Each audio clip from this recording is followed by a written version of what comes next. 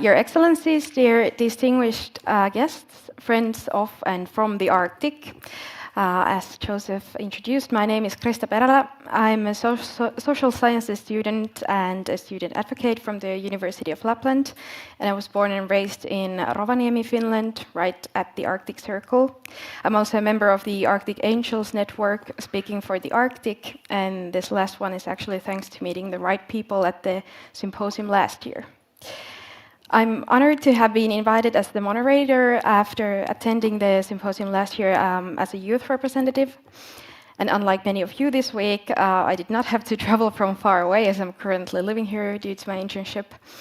But having been here since the beginning of June and feeling a bit homesick, I'm very happy that now the home has come to me. So thank you for being here.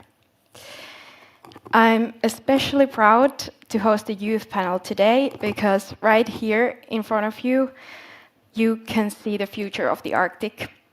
We are here to remind you that inviting youth to the tables where ideas are being discussed and decisions are being made should not be seen as visionary.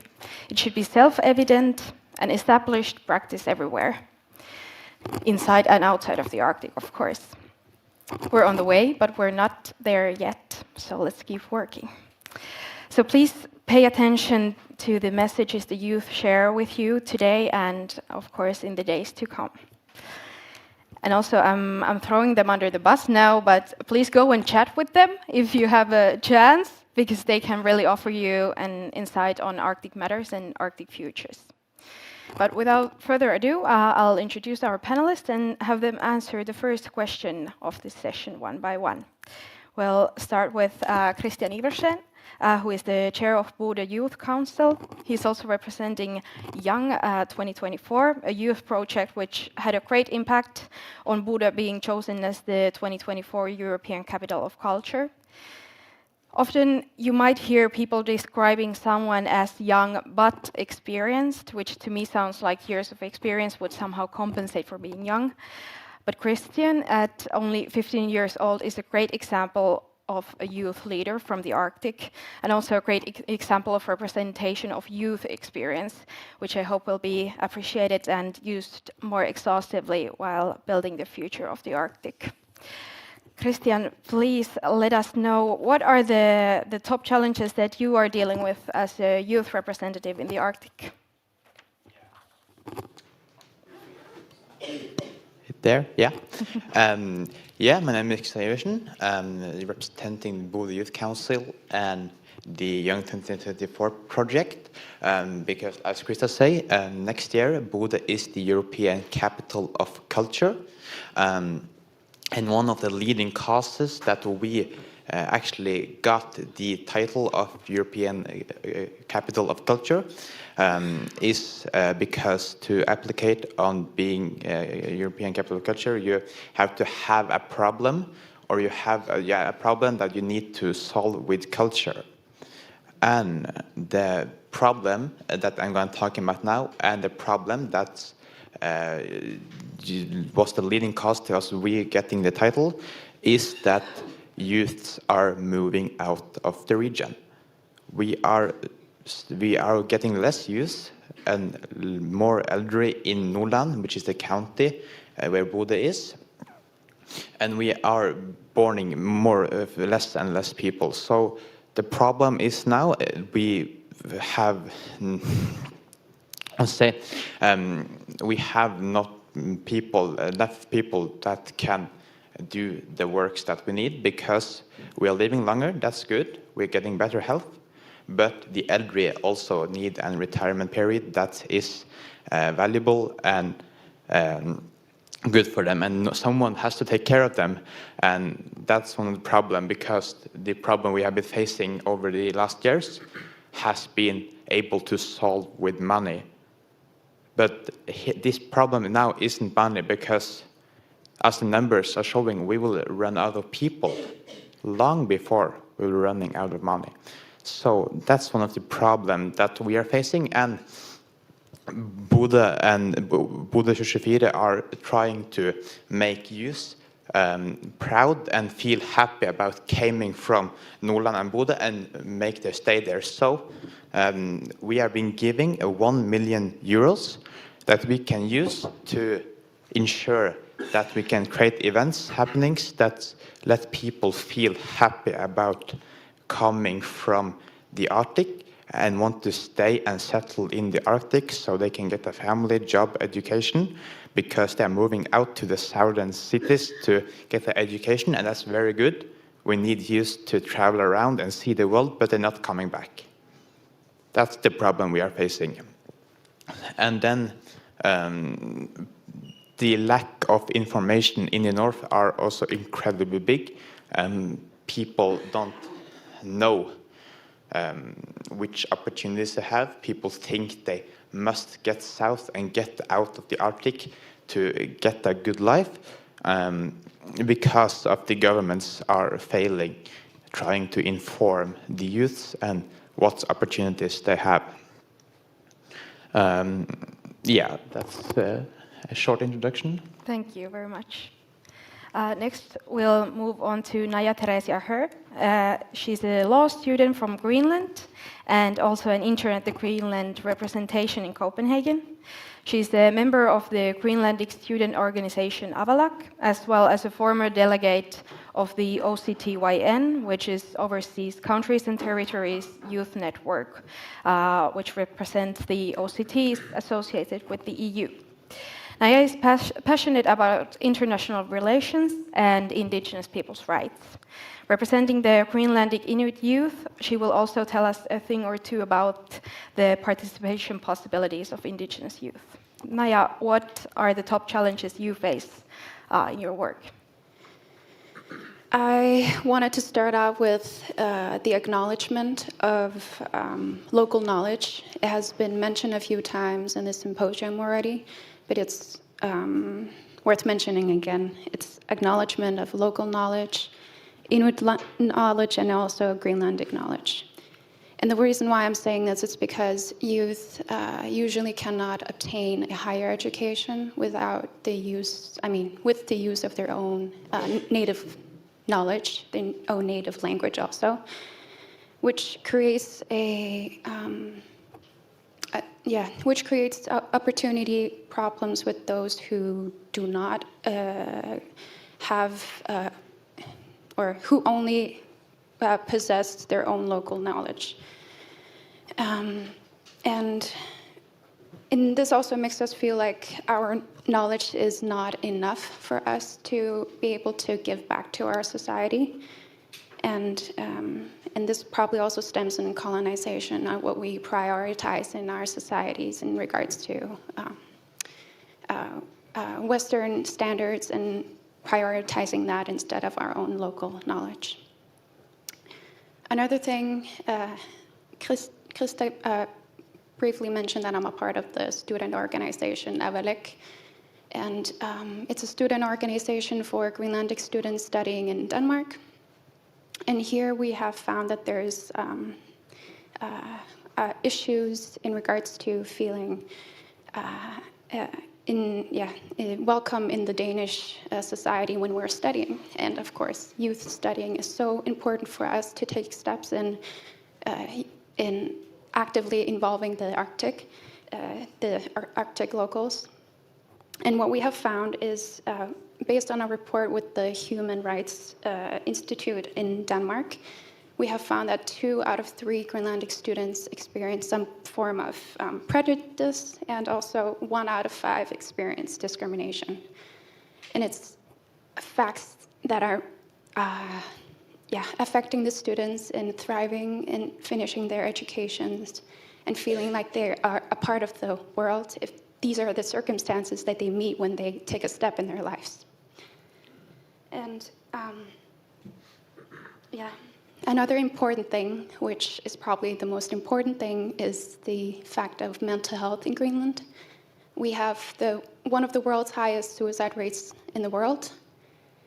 And it's important for us to mention that suicide was not common until the 1950s and the 1960s with the Danification of the Greenlandic population. And it's after this that suicides have become common. I've been in contact with a Greenlandic PhD student, Naja-Theresia,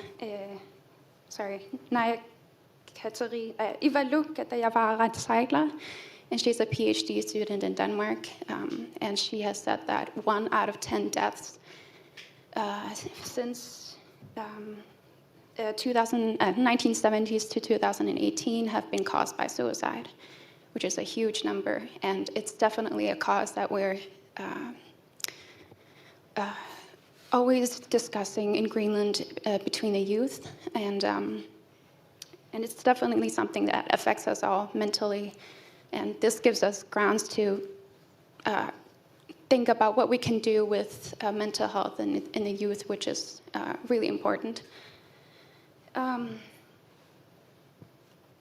And it's, I mean, with mental health and with suicides, and it has been an occurring problem since the 50s and 60s, which we haven't solved yet.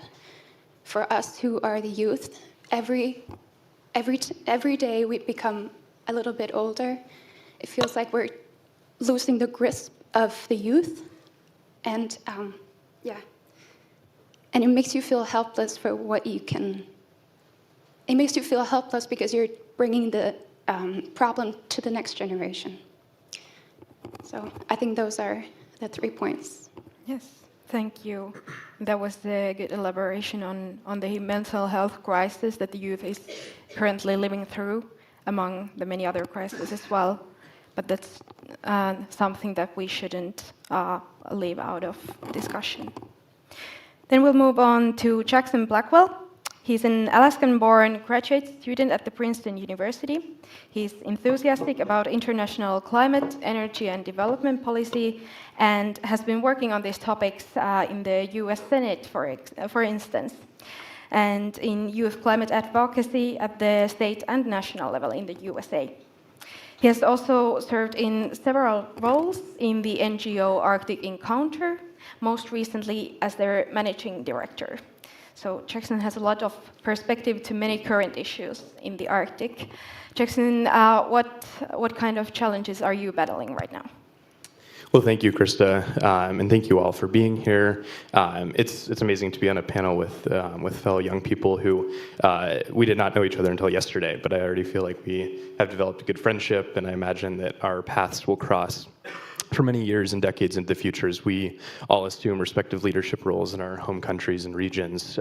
As Krista mentioned, my name is Jackson Blackwell. I'm from the wonderful state of Alaska. This is my first time to Brussels. I was born in the southeast part of the state, Sitka, near Juneau, for those of you that have been, and grew up on the Kenai Peninsula. Soldotna, if you've been, it's a small town, roughly 4,000 people. The economy is primarily fishing, tourism, and then a lot of people work in the extractive resource industry. Curious show of hands, who has actually been to the state of Alaska? Okay, there's a few. Okay, good. Some context. I see some friendly faces. So as Krista mentioned, I have previously been leading the organization called the Arctic Encounter, which was founded in 2013 and is an organization designed to increase and spur U.S. advocacy regarding the Arctic. As many of you are probably familiar with, the U.S. has a lot to do in regards to a lot of policy areas, in my opinion, namely with climate change, with decarbonization, and then also with engagement in the Arctic region.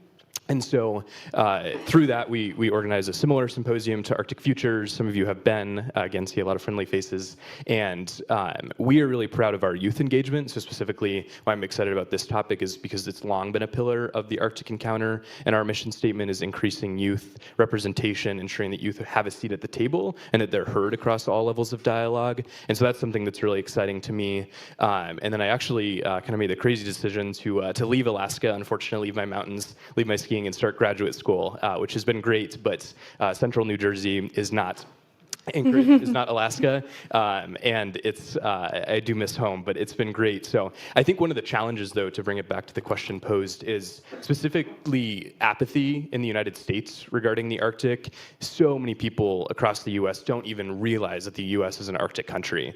So many people in Alaska don't even realize like what that means to be an Arctic country. And so I'm laser focused on fixing that. And so we've done that with the Arctic Encounter. I've spent some time working in the United States Senate for Senator Lisa Murkowski, who I know wishes she could be here today to be with you all, because I know that, from Alaska's perspective, from our congressional delegation perspective, as a young person, we are often going to DC, and I know it was mentioned yesterday by I think Tracy from the Ted Stevens Center. We have to go to Washington and explain, okay, this, the Typhoon Merbok response that Tracy mentioned, we can't get a rental car, even in a bigger hub community like Nome, for example, and even some of the there were really bad instances of some federal government intervention, I think, regarding language translation to some of the indigenous communities. And so there are a whole host of issues that the U.S. specifically needs to address. I think Alaska is in a unique position to be able to do that. I know both Washington and Maine's congressional delegations are often there as well. And, whether it's increasing appropriations for icebreaker funding, thinking about decarbonization, young people, of course, across the United States and across the world are calling on policymakers to decarbonize, but the U.S., I think, plays a significant role in that due to our outsized emissions. And so those are some of the things I'm thinking of. I think there's no shortage of challenges, but I think panels like this is what makes me inspired as a young person, 24 years old, and first year in grad school, about the future to come. Thank you. Thank you very much. Then we'll move on to our fourth panelist. Vetle Saga is a political advisor for the mayor of Tromsø. He is passionate about international affairs, city planning, and good coffee, he tells. He has been active within the Labour Party and the party's youth organization, having acted in many roles, such as an election advisor and also deputy leader in his county. He has also been an elected representative in the municipal council. He is the former chair of the board of the student organization in Oslo. Vetle moved to Tromsø from Oslo 4 years ago and says he loves it. And I'm very delighted to have him in the panel representing the youth who have moved to the Arctic from the outside.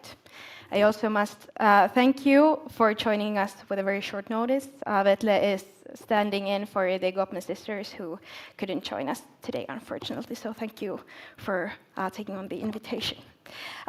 Please tell us what are the top challenges in your work. Thank you. I'm so excited to be here with you. As you say, I'm a stand-in for Hanna and Line from GOBME, and I think it's a great recognition and they got today with the award. And their design and purpose, preserving Sami culture, educating people from outside Sápmi, is really inspiring. They do this with so much positivity, and I really love what they do. Actually, I have both like a t-shirt and a sweater and a cap from GOBME, and maybe I shouldn't promote them too much as a politician, but you really should check them out. Before some of us went to Brussels yesterday, a delegation from Tromsø have been in Lublin, Poland. It's this year's European Youth Capital. And on Monday, they held a closing ceremony, handing over the title to next year's Youth Capital, Ghent, which is not many kilometers from here. Another important part of the ceremony, I must admit the most important part for us, was the announcement of the European Youth Capital for 2026. And surprise, it hasn't been mentioned before, we won it. It's the first time it's going to the Arctic and to a country in Scandinavia. A couple of weeks ago, the mayor was here in Brussels to pitch our application to the jury, together with Luna, who is the leader of our youth council, like Kristian in Bodø. and only 17 years old. And I don't think the mayor will fire me for telling you that she was the star of the show.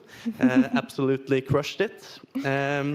Our concept focused on empowering young people, that they should speak truth to power and make themselves heard. I also want to mention a sad part of the history of youth participation and youth activism in Norway. On the 22nd of July 2011, the terrorist attacks at Utøya Island and Oslo happened. 8 people were killed in a bomb explosion in the city center of Oslo, and 69 people were killed by the terrorists at Utøya. Most of them politically active young people attending a summer camp with their whole lives ahead of them. The entire country lost many of our young role models and future political leaders that day. This is a tragedy that, of course, had a huge impact on the whole of Norway and a big impact on the younger generations. Many young people have become more politically active because of it. Studies show that the younger generations are more politically oriented and engaged in society now than before the terrorist attack, a situation that is quite unique in Europe. And the surviving Utøya generation now holds many important positions in the national and local governments. In Tromsø, survivors of the Utøya attack are now leaders of 2 of the political committees, and I am a political advisor to the mayor. On the boat that carries thousands of young people over to Utøya Island every year, there is an inscription that reads, "Hey, hey, time to wake up and change the world." I see this sentence reflected in the young people working for their community in Tromsø. Thank you very much for sharing your answers to the first question. After highlighting the challenges that the youth is facing, we'll dive into the solutions and action that these youth are taking to make a difference. So next, I would like to ask, how are you or the youth you represent meeting the challenges you have mentioned, and what are your ways of making the positive contributions to your community? Naja, could you start, please? And first of all, Yilma Dale from ICC also said yesterday, "Nothing about us without us," as something that people in the Arctic have also started to say. And also, on behalf of the Greenlandic youth, we couldn't stress this enough as well. And because we would feel like we would be appreciated for our own knowledge to be included at the table. I would also like to say that youth from the Arctic, from the Greenland, are engaged, and to mention a few of the Greenlandic youth that are engaged, I can say Linda Løbert Christiansen, who attended the Indigenous Youth Leadership Workshop 2023. We have Ilona Inga Louise Sørensen, who's an Arctic Angel for the youth-led organization Arctic Angel. Amalie Borup representing Greenland in the Nordic Youth Council. And we also have the current OCTYN representatives, Louise Kemnitz and Maja Borup. And these are just a few of the Inuit in Greenland who are participating. And it was just to mention that Greenlandic youth are interested in being included at the table when it's regarding the Arctic, when it's regarding Indigenous people's rights, when it's regarding youth. And also, I was in communication with Ilona, who's an Arctic Angel, and they were recently, I think it was yesterday and the day previous to that, they have been talking to the FN Special Rapporteur of the Rights of Indigenous Peoples, which is also just an example that Indigenous Greenlandic Inuit are also wanting to be represented when talking to organizations and officials.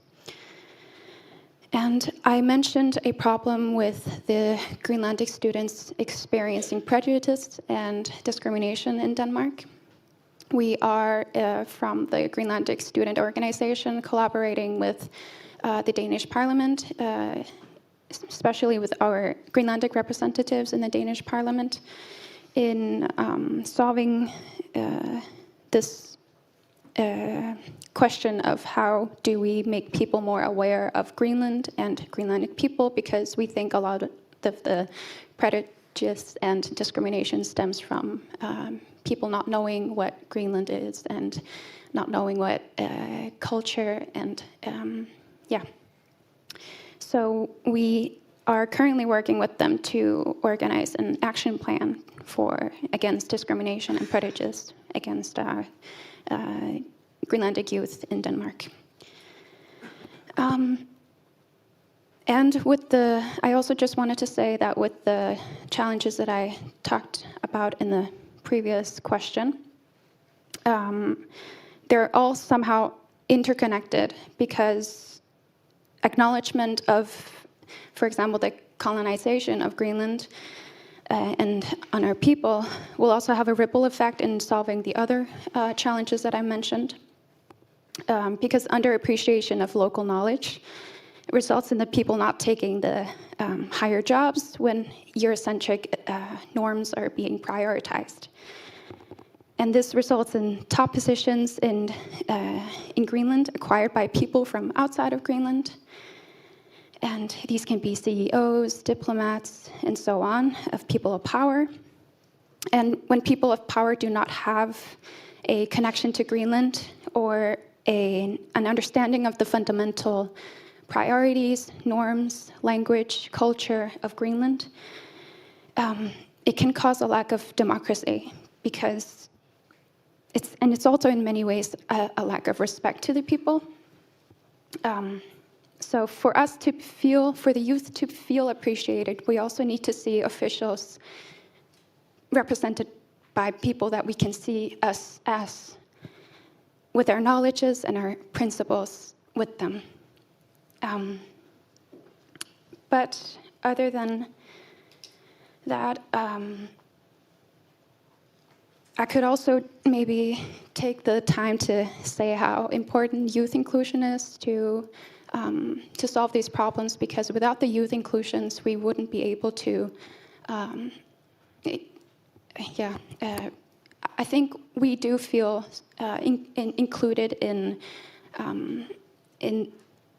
the fact that the challenges are being talked about, but we are not feeling included in the action plans, and feel like people don't trust us in being included. So yeah, I think that would be my take on what the youth are doing in Greenland. Thank you. Then over to you, Jackson. Awesome, thank you. Yeah, I think it's a really interesting question. I also think it highlights a bit of the differences too between the North American Arctic and the European Arctic. Something that is, I think, particularly obvious to me sitting here in Brussels, especially because I think we could convene a similar room in Washington D.C., but we'd be talking about such different challenges. We just simply don't have the amount of people that are living in the European Arctic, and I think the challenges are almost more basic. I mean, there's such issues like running water that is not accessible to people across, specifically to Alaska, across rural Alaska. There's incredible transportation. There's energy challenges. I mean, if you're a community that's reliant on diesel fuel misses your 1 or 2 shipments a year, there are some really massive, humanitarian crises that might stem from that. And so this is something that I find both inspiration in, and also is kind of frustrating too, thinking about the U.S. response and U.S. government and like what's the state of Alaska going to do? Because I think it's almost acknowledgement that we have people, and this is the Arctic and the North American Arctic is nothing without its people. Our most valuable resource is the people, and so to me that's something that is just a challenge that almost needs to be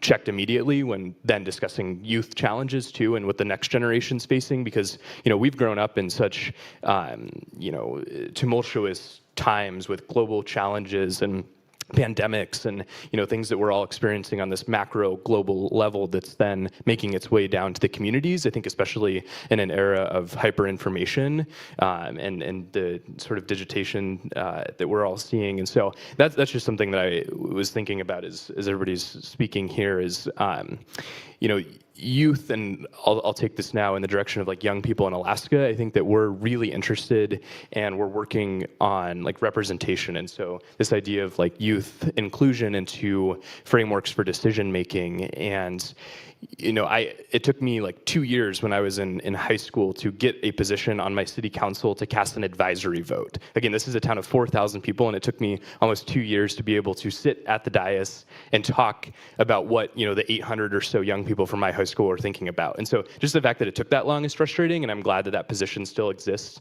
10-something years later. And then thinking about if we're looking at like federal government representation, I'm pretty proud of the current EPA administrator under President Biden. He just last week announced the participants for this 2-year EPA Youth Advisory Council that's funded. It has representatives from across the federal government and from several different states, and it's administratively entered into the EPA code, and we're not going to get into that. And so there's obviously a question of what could happen in the next presidential administration, but something like that is like a tangible step that I think that the federal government's taking to involve youth voices at the highest level, at the cabinet level. But we have a ton of work to do. One thing that we were all talking about yesterday when preparing for this is like creating meaningful internships. And so everybody here is in some position of authority, and you represent some group of people, and you work with some entity that has responsibility and likely has a stake in the Arctic. And so if you have not already created an internship, and by internship I mean something valuable, like bring young people into these meetings, because again, 10, 15, 20 years, we're going to be running the meetings, and so we need to have that exposure to meet the challenges that are going to be facing us today and into the future. And so, that's interesting. I also think like ensuring that young people, when you go to these conferences, when we're on a panel, is not just like, oh, great. Like I think you mentioned this, Krista, in the introduction. Like, I'm glad that the youth are represented, but come up and talk to us. Like, tonight at the reception, I just think that there's a lot of information sharing that we can do, and there's a lot of interest too. I think that there's sometimes this misconception that young people are, not interested or not engaged and not voting or not wanting to be part of their community. But I just think that's because the right opportunity hasn't presented themselves. So whether it's like some type of cultural activity in your community or creating something that, like the Youth Advisory Council, I think that there's just different ways to engage different young people across the Arctic. Thank you. Vetle, then if you could elaborate on the ways you're contributing to solving these challenges. Yes, I think I will want to start with the big picture. We have heard from the hackathon today. I was also at Iceland, heard your discussion there, and also this morning. And this panel, I think that Arctic youth are talking together, trying to solve problems together, is a great way to start. And in the EU's Arctic policies, there are mention of the Arctic Mayors Forum as an important partner. And in the Norwegian leadership program for the Arctic Council, it's also mentioned because one of the priorities is people in the north and engaging young people to play a greater part in the Arctic Council's work, cooperating with, for instance, the Arctic Mayors Forum. So I think that's one way to see it, one way to face those challenges. But I also want to talk about something very specific. In Tromsø, we have a house called Tvibit, and the name means in local dialect something like a free space. And it's made to make it easier for young people to realize their own dreams and ideas through their own initiated projects. It's not something that someone have made for them to keep them active. It's for them to create for themselves. And it's a cultural and creative hub, a production center, a competence center, a meeting place, a cafe, and all under one roof. And their focus is on youth culture, on film and media and creative business and creative technology. But it's also a workplace for many professional musicians, producers, designers, filmmakers. And of course, that's inspiring for the young people hanging out at Tvibit. But I believe being a part of this community is even more valuable for the adults who work there. Surrounded by all this creativity and commitment, all this energy, enthusiasm, all this excitement. And I must say, being on this trip with a delegation from Tvibit has been really inspiring for me as well. Thank you. Thank you. And then Kristian gets to finish their round. Yeah, in terms of being both chairman of the Youth Council and being in the board of the Young 24, I have, to be 15 years old, pretty good opportunities to influence what is happening in Bodø. And so I work now to get every single youth in Bodø the same opportunities. Because we are hundreds of thousands of youth in the Arctic, that means we have hundreds of thousands of different views on the society in Arctic. And everyone has an equal right to be heard, and everyone should take their demands serious. So the Young 24 project is one of the biggest projects for youth in Norway in the history, and more is coming. We see in Tromsø in 2026. And we have set off about 400,000 euros plus. The inflation in Norway is not a happy subject, but we have about 400,000 euros that we give to the youth so they can create events, happenings across Nordland, because it's not only Bodø, which is the European capital of culture, is the whole Nordland. So we are promoting that, so every single youth in Nordland can feel ownership to this project. And then we from the board are traveling around Nordland and visit the events that these youths has created for the youths. So many youths want to involve themselves and want to engage themselves, but they don't have. So therefore are the Youth Council and the Young 2024 the #1 promoter to and the contributor to making the first step, because for the first step is the biggest and the most difficult to take. And therefore we are here to help them, and we need to be good models for them to see how they can create a good youth society in their local areas. And I will talk about much how we do and not what we can do, because we are doing so much good.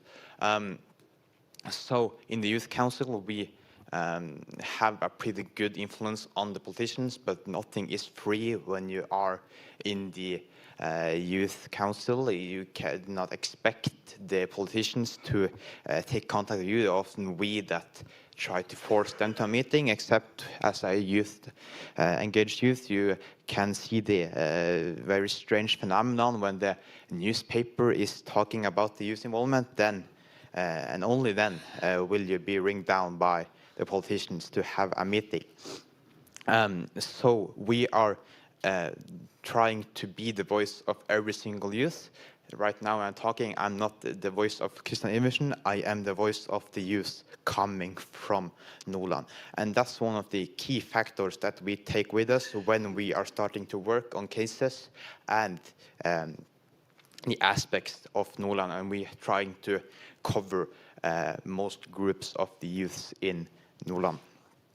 And yeah, we're trying to make to set Bodø on the world map, make people to see here are we, and what opportunities do we have in Bodø, because many think that you must be the bigger cities, Oslo, Bergen, south in Norway to get the job you want or education, but we need people in the Arctic. We see the changes, climate changes, and many different problems. We see the security situation with Russia is upon the Arctic and is threatening the Arctic. Then we need the people, engaged youth and engaged people to take over these jobs in the Arctic. So that's what the key points we're trying to promote when we are talking about the youth project in Bodø 2024, is that youth are the #1 resource to solve these global changes. Thank you. Thank you. So as you can hear, there are many levels and dimensions where solutions can happen or not happen, can be created. It needs, it needs active work. So I hope you're taking notes. Then we'll move on to the third question. We'll do first a round of a bit shorter answers and then move on to an open discussion between the panelists. And the third question goes like this. What is it like creating opportunities? What are your views on youth participation possibilities, and how are you treated or welcomed into decision-making or other societal influencing? And I want to hear you discuss how you feel about being listened to or being heard. Those are two different things. So what are your views on your possibilities to create these opportunities? I would ask Jackson to start this round.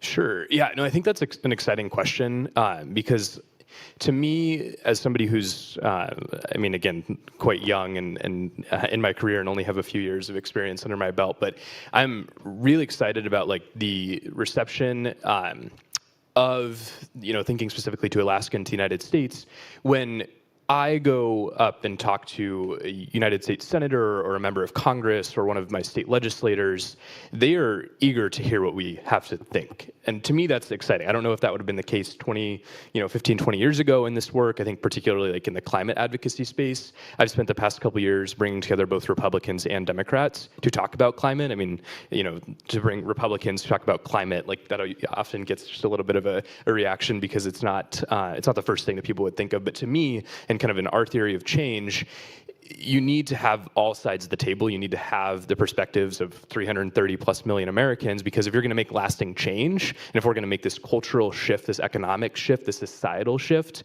it needs to have the input of everybody. And so as somebody who grew up in rural America, who considers myself like a proud child of rural America and a community where, in fact, a lot of people do work in the oil and gas industry and the extractive resource industry, like they need to be at the table as we're thinking about shifts in their communities. But because none of this is going to be sustainable if people don't have jobs at the end of the day. So that's something that I've actually been pleased about the reception. There's a movement to bring together bipartisan leaders across Congress, and I will not fool you to think that all members of Congress are this way. I think that it doesn't take an American to tell you that there's certain folks on the right that probably are not going to be too receptive to this subject, but those like Senator Murkowski. So for example, in July of this past year, we hosted Senator Murkowski and a group of young Alaskans for a hike to talk about climate, to talk about what Republicans in Congress, to talk about what Democrats in Congress can do to come together to think about decarbonization. And to our surprise, I mean, the senator was incredibly receptive. She spent more than 3 hours. It was a beautiful sunny day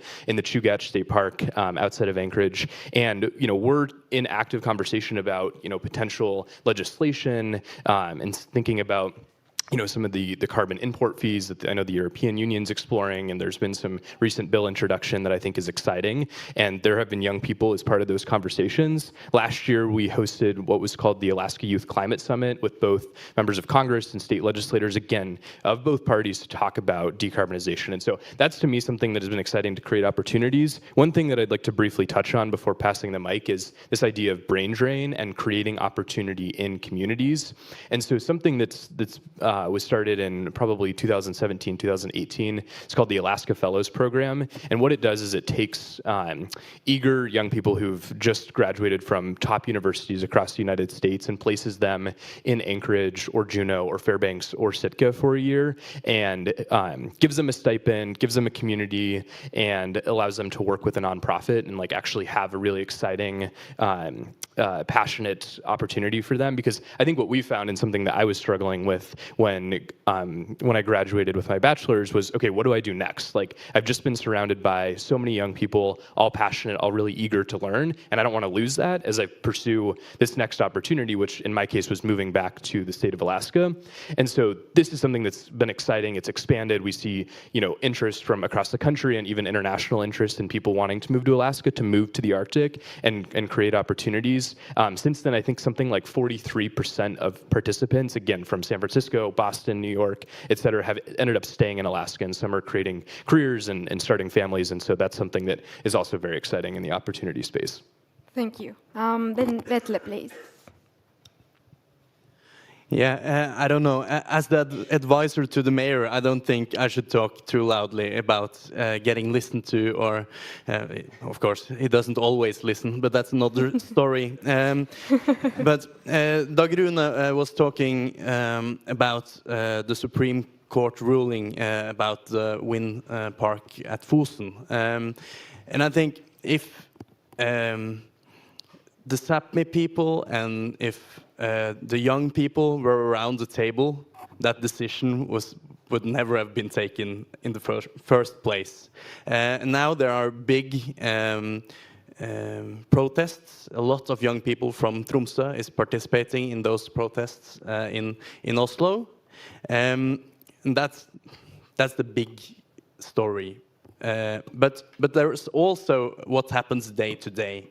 And there I don't think there is bad intentions.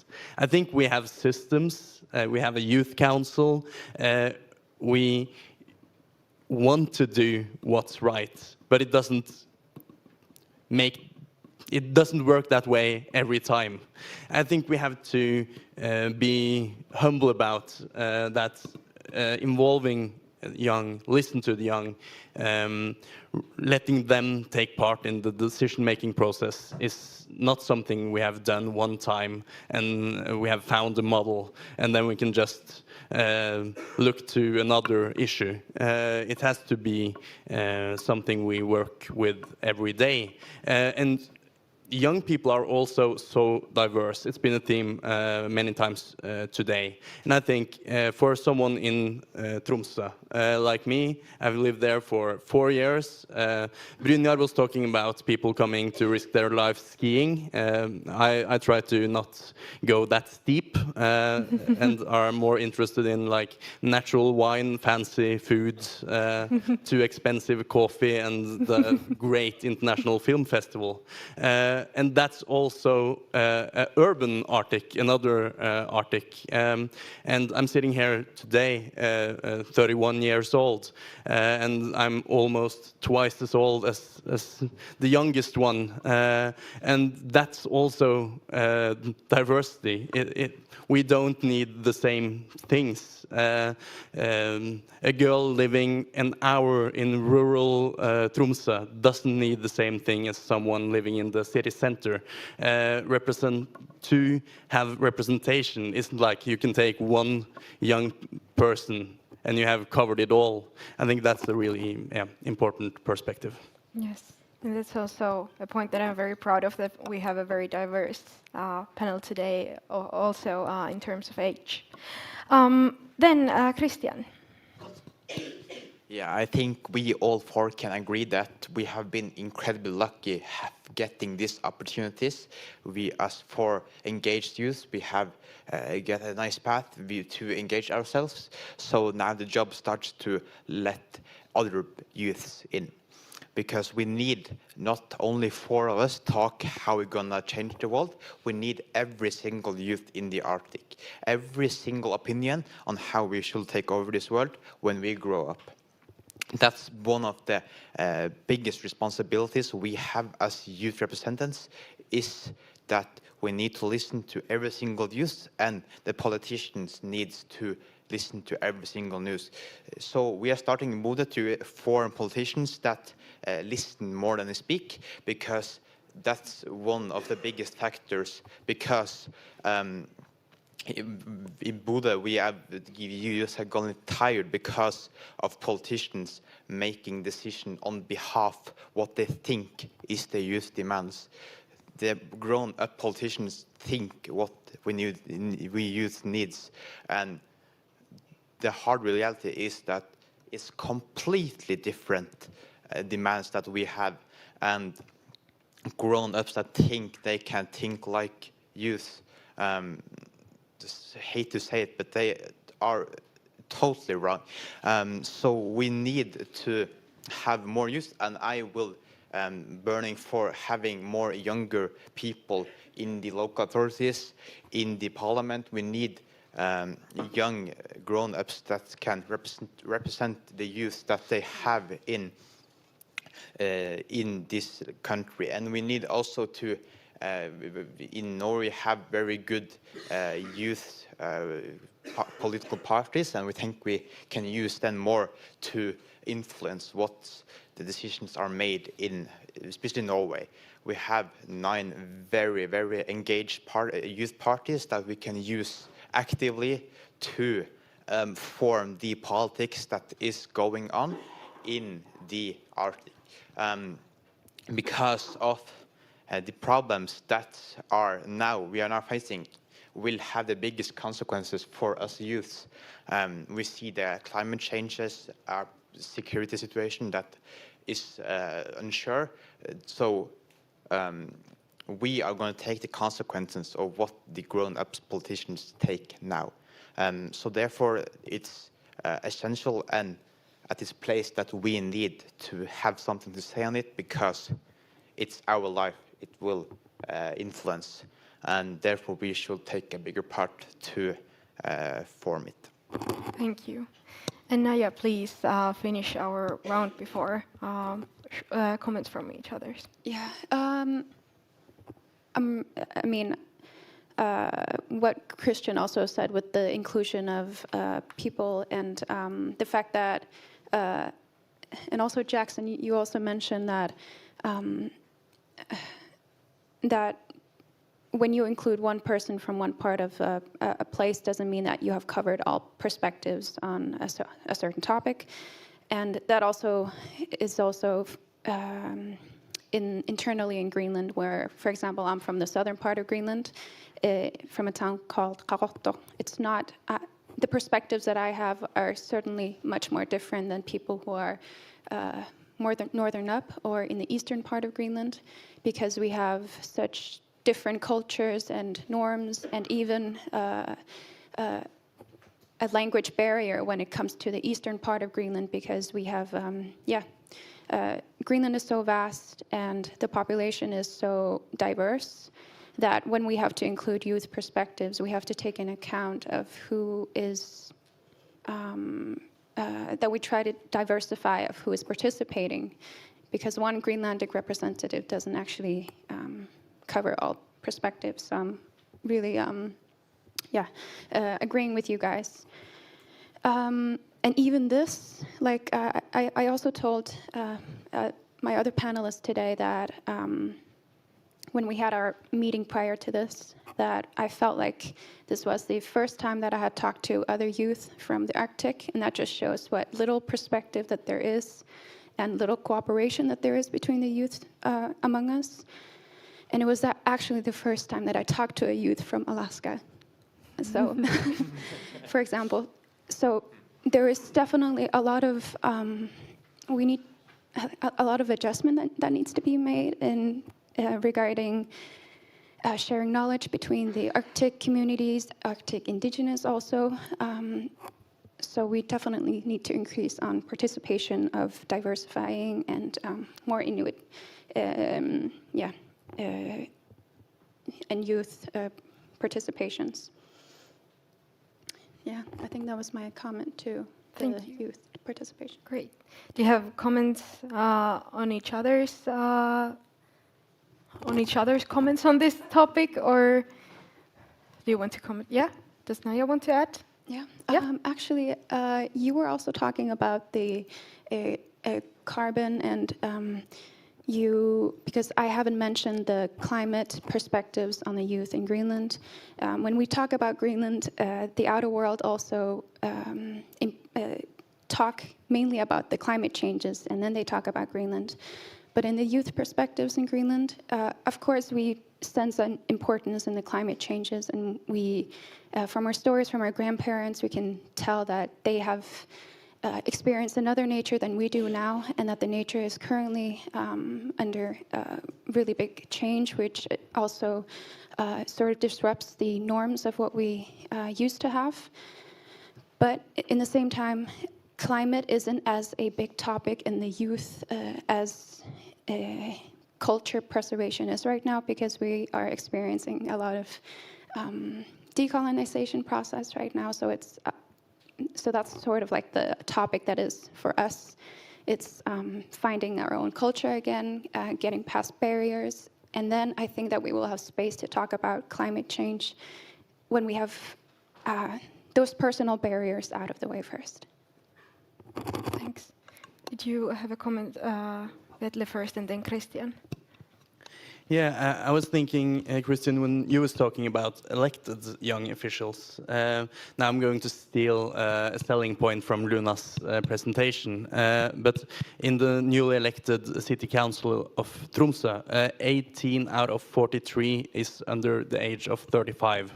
And she's going to talk in the panel later today, but our deputy mayor, Sigrid, is only 22. So I think there is also representation on the elected side, and I think it's important to have both someone in power and also to listen to every young person. Yeah. Thanks, Kristian. Then. Yeah, but just comment what do you want to say? That these problems that you're facing in the future doesn't care about the borders of the countries. So this just emphasizes that we need to cooperate and collaborate with each other in the Arctic, because what's a problem in Norway is most likely a problem in Finland, in Alaska. So to find a solution, we need to have a collaboration that is sustainable, and we can have it over years. So eventual problems that come up, we can be stronger together, and we can, we are taking the right decisions together. Thanks. Any additional comments on this topic? Not so far. Yes, please. I think I forgot to mention that with our decolonization process, it's more like it's also a very sustainable process. So in that way, we are also taking into account the climate perspectives, because when we are starting to change our or come back to the norms that we're used to, that's also a very sustainable mindset that we have as indigenous people. So it's not that we don't care about the climate, it's a part of our development into finding the culture again. Yes, definitely. Yeah, we were just chatting at lunch before the panel, and we noticed that while many of the panels have been including a lot of discussion on climate crisis and biodiversity loss, we have been pointing out quite a lot of social issues that the youth face. And I think a lot of them, as elaborated, is also tied together with the question of battling climate crisis, and all of these crises are already very tied together. Next, I know young people tend to respect the rules and time limits the best in these kinds of situations, but we started 5 minutes late, so I'm going to steal it back. So if the audience has some questions, I would be happy to give you the floor there, at least over there. Please, yeah, Arthur, please, get up. Thank you. Thank you, Krista, and thank you to all the panelists who have brought in Brussels, outside of the Arctic, the views of Arctic youth. And my question will be this, following this line, outside of the Arctic and within the Arctic, how do you see, what are your views on an increasing number of youth outside of the Arctic being interested in Arctic affairs, in international relations? I know that from your presentation you are all more or less passionate about international relations, so this will fall in this thing. And then, if the feeling is somewhat positive, do you see, I don't know, the development for dialogues between, through network, through initiative, through this kind of thing, between the youth from within the Arctic and the youth outside the Arctic? I'm French, so I'm not the Arctic, but I'm very passionate about Arctic affairs, and therefore this question is somewhat interested. Thank you. So, Kristian, I think first. Yeah, I totally agree, and we need to have more exchanges. We need to youth have to meet youth across borders, and as a part of building an international community, so we can find those common solutions. We need to have this conversation with different cultures, so we can hear, because myself as a youth in Bodø has a totally different perspective than probably a youth here in Brussels. So we have to keep that in mind, that what's happening in the Arctic can also give big effects on the life here in Brussels, for example, in the Southern Europe. So we have to, I think, get better on the exchange and cooperation side in the problems we are facing now. Thanks. Anyone else? Yeah, please, Jackson. Yeah, no, I mean, I couldn't agree more. I think even just, since 2017 that I've been part of sort of the Arctic policy space, there's increasing interest from around the world. I think that's exemplified by events like this, by, one event that we hosted, and this applies to both like young professionals, students, and also professionals, emerging professionals, developed professionals, perhaps, arcticians, using yesterday's terms. This past summer, we hosted, I think, 12 counselors from respective European Union member nations in Alaska for a several-day trip where they were touring local facilities, meeting with subject matter experts on the grounds, chatting with community members, kind of having both a climate, and it was like an emerging technology and climate tech trip. And to me, the fact that we had like 12 with counselors from 12 member states from their respective embassies in Washington, D.C. was an example of that. Just last year, the European Union representation in Washington, D.C. came to us, and us being the Arctic Encounter team in Anchorage, and said that one of their priorities was increasing EU-Alaska relations and U.S. relations specifically regarding the Arctic. And so to me, that's just very exciting. And the fact that we're here in Brussels, the fact that so many of you have done this work for so many years to get us to that place, I mean, thank you all. And I think that provides just so much opportunity for more events like this, for policy trips, for information exchange at all levels. I think young people, we're doing this, and we have technology at our fingertips. And one really cool trip, and there's an NGO that's based in Copenhagen called Unleash. Last August, they hosted over 200 young people from around Europe and North America to Nuuk, Greenland for a week, which in and of itself is a massive logistical and budgetary feat.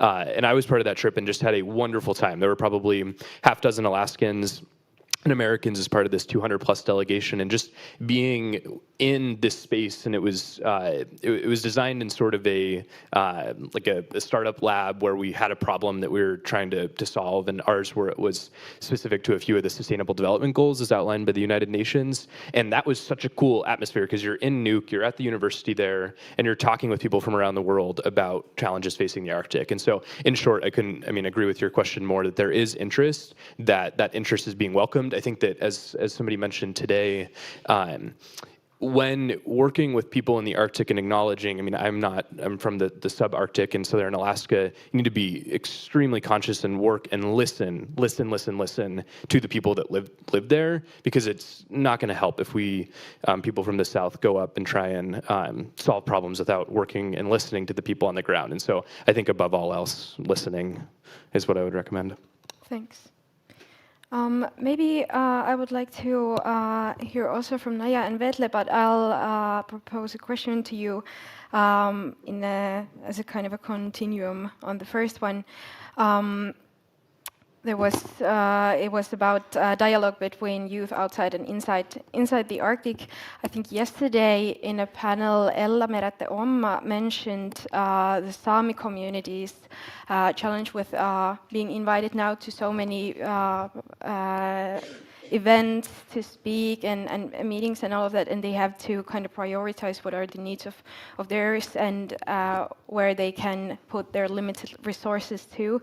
So I think to some extent that also applies in this question, if the youth is also struggling at home with the participation possibilities, and especially with lesser resources, it's kind of hard to start building these new networks without the help from the outside. So I'd like to hear maybe from Naja and Vetle, what do you think about that?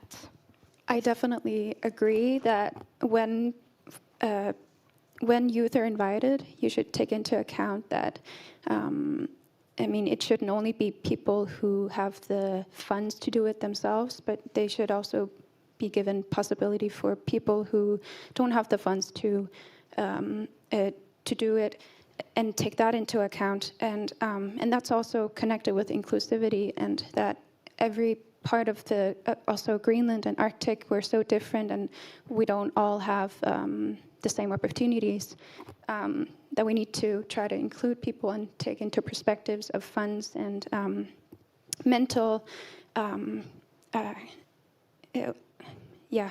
positions of youth should also be taken into account.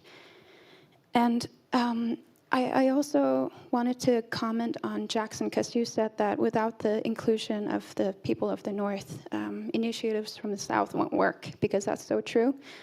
And that also applies to the challenges that I have mentioned today, also strongly in regards to the mental health problem that we have in Greenland. Initiatives from out of Greenland won't work unless it's initiatives that stem from the Greenlandic people themselves.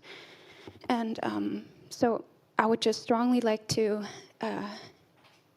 conclude that it's really important to make funds available also for people, so that people of all positions are able to, are given the opportunity to think about solutions themselves, because this also really strengthens the youth democracy. Thank you. And Vetle, what are your thoughts on this?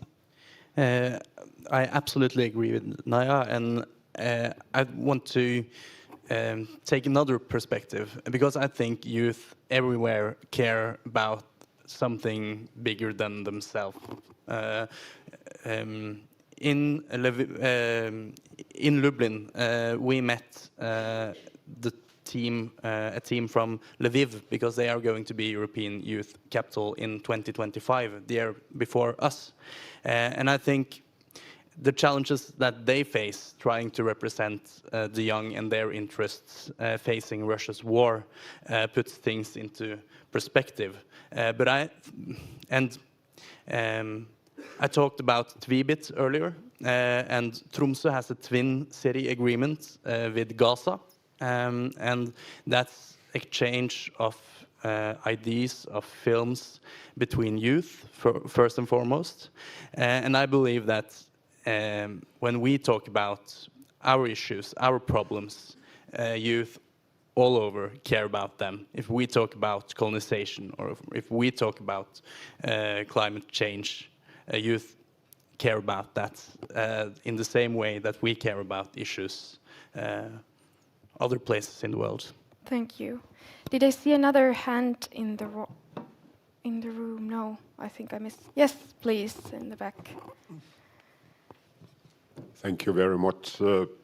I don't have any exact questions to the panel, but to tell them that I'm very proud of you guys, and to listen to you, and to have the forefront perspectives and ideas, and your willingness to further work on involvement of the youth. I'm especially proud of Naja. I didn't know you will be here. I just arrived from Ottawa, Canada, after ICC Council session, where we. So I was surprised, but proud that you are attending on behalf of the students in Denmark. Actually, Naja, her parents and me, we are neighbors in Rakotok and South.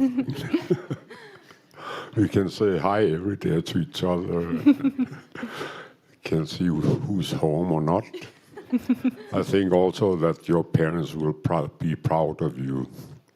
Our road, we only 4 or 5 houses in our little road in Rakotok, and I hope that you will give me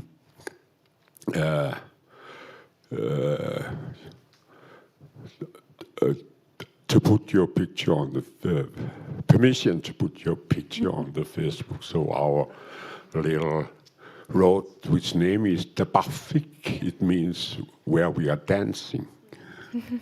So our neighbors in Rarotok will, when they see your picture, they will dance around. Oh. I can tell that the ICC as a whole will decide it during our meeting in Ottawa to hold an Arctic Indigenous Youth Summit. Realistically in 2025, depending on funding and fundraising. But I will not arrange it as an elder, but youth should arrange it for themselves. I can tell that for a couple of days ago, the Danish Parliament donated considerable amount of funding to the youth, ICC youth work for the next 3 years. So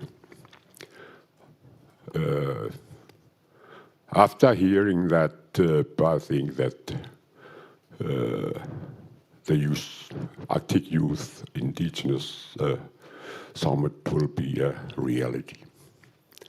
So I will put you on the Facebook. Is it okay? Good, thank you. Thank you so much. Also, this is my last step. I'm heading back home in an hour. So thanks to you, everybody. And I've been happy to be here, but a little bit tired. So I'm going to sleep at the plane. Thank you so much. That was one of the great examples of how connected the Arctic is. We have found connections between ourselves as well. So that's always like such a delight to hear those stories. And thank you for your words yesterday as well in the keynotes. We're getting close to the end. Before that, as we are also learning from the older generations, I also learned a great question yesterday, which I will now ask you. Please, with one sentence, please tell us what's the most important message of yours to the audience today. Could Vetle start, please? Prioritizing the young isn't some act of compassion, but an investment in the present and the future. Thank you. Jackson.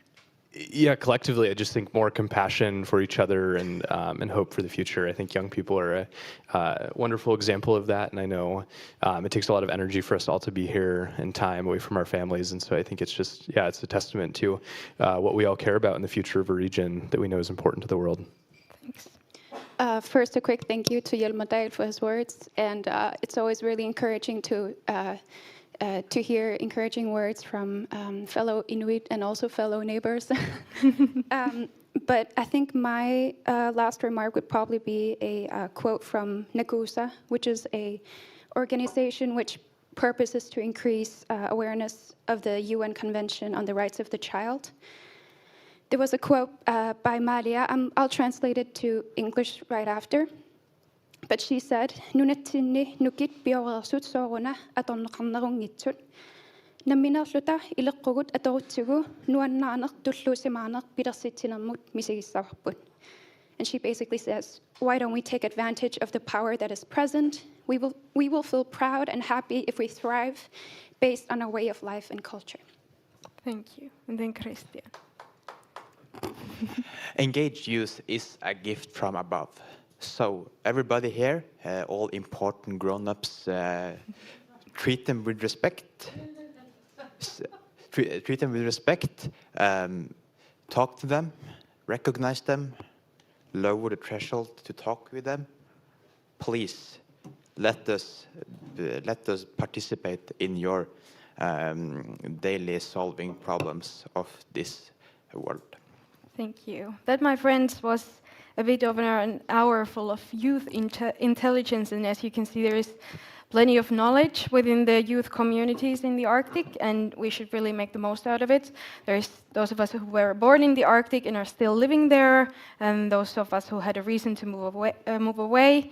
Those of us who are new to the Arctic, those of us whose families bear the traditional knowledge of many generations, those of us who are figuring out the modern way of indigenous lives and at the same time fighting to preserve their culture, those of us offering solutions to improving youth possibilities in the Arctic, those of us conducting Arctic research, and those of us working to make sure that the Arctic perspectives are brought to the politicians' tables and institutions. So there's a lot of Arctic youth, and I hope you're trying your best to ensure that the voice of the youth is truly being heard.